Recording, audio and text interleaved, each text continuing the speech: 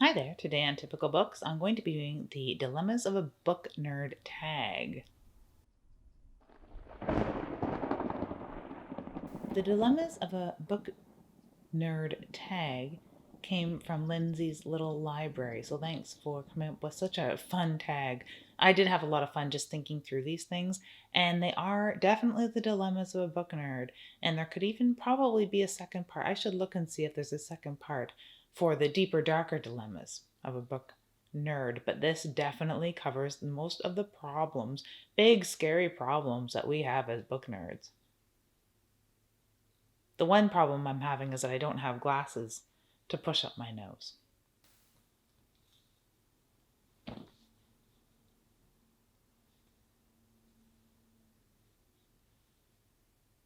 Much better. Dilemma 1. Book storage. How do you store and organize your books? In shelves. We store and organize our books in shelves. I know, it's insane. I don't know if you do that too. You could see some shelves behind me. We have other shelves in the room, some with movies and stuff on it, and sometimes there's books with the albums, over here. And there's many bookshelves downstairs, and even more in the floor beyond that. So, yeah, I grew up in a house with many bookshelves. There wasn't just one bookshelf with the books on it, or a bookshelf in your room with your books on it. There were bookshelves in many rooms. There were bookshelves in living rooms that had usually houseplant books on them, and family stuff and horror. And then a library in the or a library, a bookshelf area in the hall that had history books and horror and things like that. Old books, really old books, were usually in the hall of my grandmother's. And there's usually a back room, which is where all the garbage books went, like Harlequin romances, westerns, and pulp horror. And you can see a theme there that every shelf has horror on it. Pretty much same thing here. I do find it messy when I end up with books all over the place and in piles. On the other hand, I do have a friend that has some fantastic organizational structure to his books, usually when he's not in between places. And they're usually in piles, piles everywhere, and it looks fantastic. So I wish I were that fun, but I'm not. Dilemma 2. How do you keep track of what you've read and the books that you own?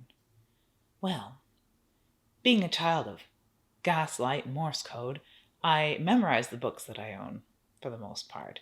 It's very rare that I own a book I don't know that I own, and it's equally rare that I think I own a book that I don't. I have an idea of what I've read, although I have read a lot, and there was a lot of, I'd read like 20 of these like old gothic horror with yellow spines, like the yellow paper on the edge. And I don't remember all the titles. It had usually devil in the title. That's what I remember. So that sort of stuff sort of falls off the rails. But I do just own books. I just own books. I don't even organize them properly lately. So I don't know. I just keep track of them. I do have a Goodreads account. You may have seen me plug my Goodreads here and there. You can check out my Goodreads. I'll check yours out. I usually use that as just a public facing place of what I'm reading at the moment and what I'm planning on reading. So I do use it much like an Amazon wish list. It is a wish list for what I want to read. And I follow authors that I like on there. So it's not necessarily a record of what I've read, but it is a fun place to sort of track that. Dilemma 3. Borrow. Do you lend your books out? No. In a word, no. Rarely. Once in a while. I did lend a friend of mine Lucifer's Lottery by Edward Lee when he was going to record in another country, and him and his whole band read that. And that was fun. That was a fun thing to lend out to someone who needed something to read on the road, right? And something that I think might help, temper some of the demons they were taming while recording. I lend things to my husband. I lent things to my husband before. I just bought copies of things to lend to my husband often. But yeah, I've lent things to Wes, my co host. I've lent things to parents and family and my uncle who reads widely. I typically don't lend books out though. I just worry about what they'll be treated like. Crack spines. If someone's going to crack a spine of one of my books, it will be me. Dilemma 4. Buying. How do you buy or acquire your books? Out in the wild. with a book gun. No, I don't have a book gun. Although it would be handy. I would picture it with a suction cup on, and then I could just like peek in chapters and like steal the books I want with my suction cup gun. Um, no, yeah, anywhere. Little libraries, thrift sales, garage sales. I'll walk by garage sales, but if they have a pile of books, I will usually stop and take a look. Those little libraries you see out in the wild, there's many like lending shelves and at stores here and there across the city and in my workplaces. So I'll look there, library sales, and of course big bookstores. I love bookstores. I love used bookstores the very most. And they seem to be a dying breed. The horror sections in there are usually pretty picked over, so I do like to find a new bookstore or one that isn't looked in very often by horror fans. But I do have an affinity with chapters, even though the book sections are shrinking, the horror sections seem to be shrinking, and the reading socks sections are growing. But yeah, pretty much anywhere there's books, you will find me. Dilemma 5 is comments. How do you respond to comments like, how do you read so much? And things like that. I don't get that comment a lot because I don't really talk to too many people who don't read a lot of books. Pretty much anyone I know reads a lot. And I could pick on my friend Wes. He reads audiobooks though, and he is fairly widely read when he does read books. I've had friends that are academics that have reading disabilities and don't read a lot, but what they have read is very high quality and they've got a different approach to reading. So they only wish they could read more books, right? And that's the comment I get more often is I wish I had more time to read.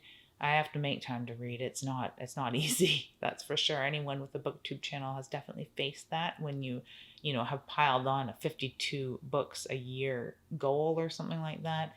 Yeah, I certainly don't get a lot of comments about it though, other than I wish I could read more. Dilemma 6 is next book. How do you pick what you read next?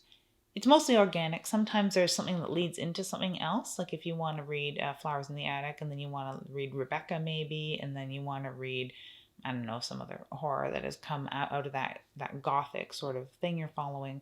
Or if you're going to read a V.C. Andrews book and then start just reading them in chain. Or when someone recommends something. Sometimes something is exciting. I really want to read Priya Sharma's book. That's what I'm working through right now. But I also want to read Son of Rosemary really bad. So just picking that book up has leapt it up in my tube read pile. So it's really organic. It can change on a dime. The gods pick what I read, I guess. Dilemma 7 is travel. How do you pick what books you bring with you when you travel? Road books. Ooh, I love reading on the road. I love that portion of packing. It's one of the first and last things I do. When I'm going somewhere, I'm like, ooh, I wonder if I'm going to bring books. And as I'm packing and done packing, then I'm like, okay, now time to pick the books I'm going to bring. I like reading on the road. I used to take the bus a lot, so I would always have about 3 or 4 books when I travel anywhere. And then they invented e-readers. E-readers are a godsend because then I can bring any book I want. I can even download on the road, right? Like, oh my God, I love e-readers for traveling very, very, very, very much. But I do have an affinity for paperbacks. So if what I'm reading is roadworthy, i.e., not a giant tome, not a hardcover, not an expensive book, not I don't like bringing large trade glossy paperbacks really because I'm afraid they'll get marred. But if it's a travel worthy book, or if I have a little pulpy thing that I want to read, or if I have a very short thing and I don't think I have a lot of time while I'm traveling, I'll bring that because it's something little that I can read. I've never been without a book on traveling, that is for sure. Dilemma 8.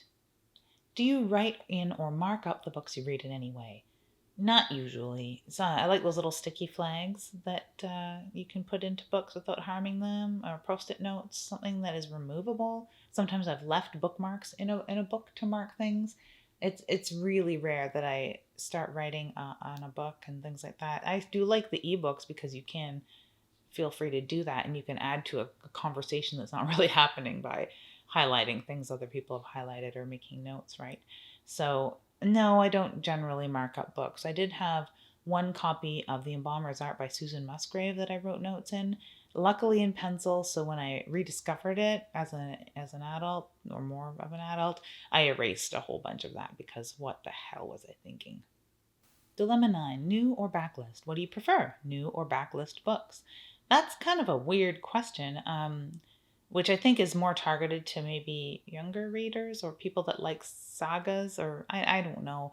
Um, Rarely do I discover a writer that I hadn't heard about or hadn't heard a title of that I got to suddenly go and read all of their older works. Um, like I'd been aware of Brian Keene. There's a good example. What do I prefer? One of each. Okay. I like to read his first novel, and now I'm going to read something very, very recent. Who knows if I'll get into all of that? I kind of went through that with Richard Lehman, reading something very old and something very new, and then started filling in gaps. Um, I guess that's typically how it goes. I don't have a preference either way. If a brand new book comes out by a new author and maybe not, I won't research their name, I'll just be like, oh, that looks cool and read it. I mean, there is something fun about discovering a gem in a bookstore that God knows if it's new or backlist. I have no idea, right? So it's a hard question to answer in a way. So I just organically read whatever. I don't really have a preference. It depends on what the writer has brought to each particular book. Dilemma 10, sequels. Do you read books as they are released or wait for the entire series to come out and then read them all at once? No. I'm not a sequel hunting type person. A lot of any of the series that I've read are old and done with, like Lord of the Rings or the Gene M. All books. And I haven't even read all of the Gene Amell books either because they're so big. I read those as a kid. I have no real preference, and actually have a bit of an aversion to series.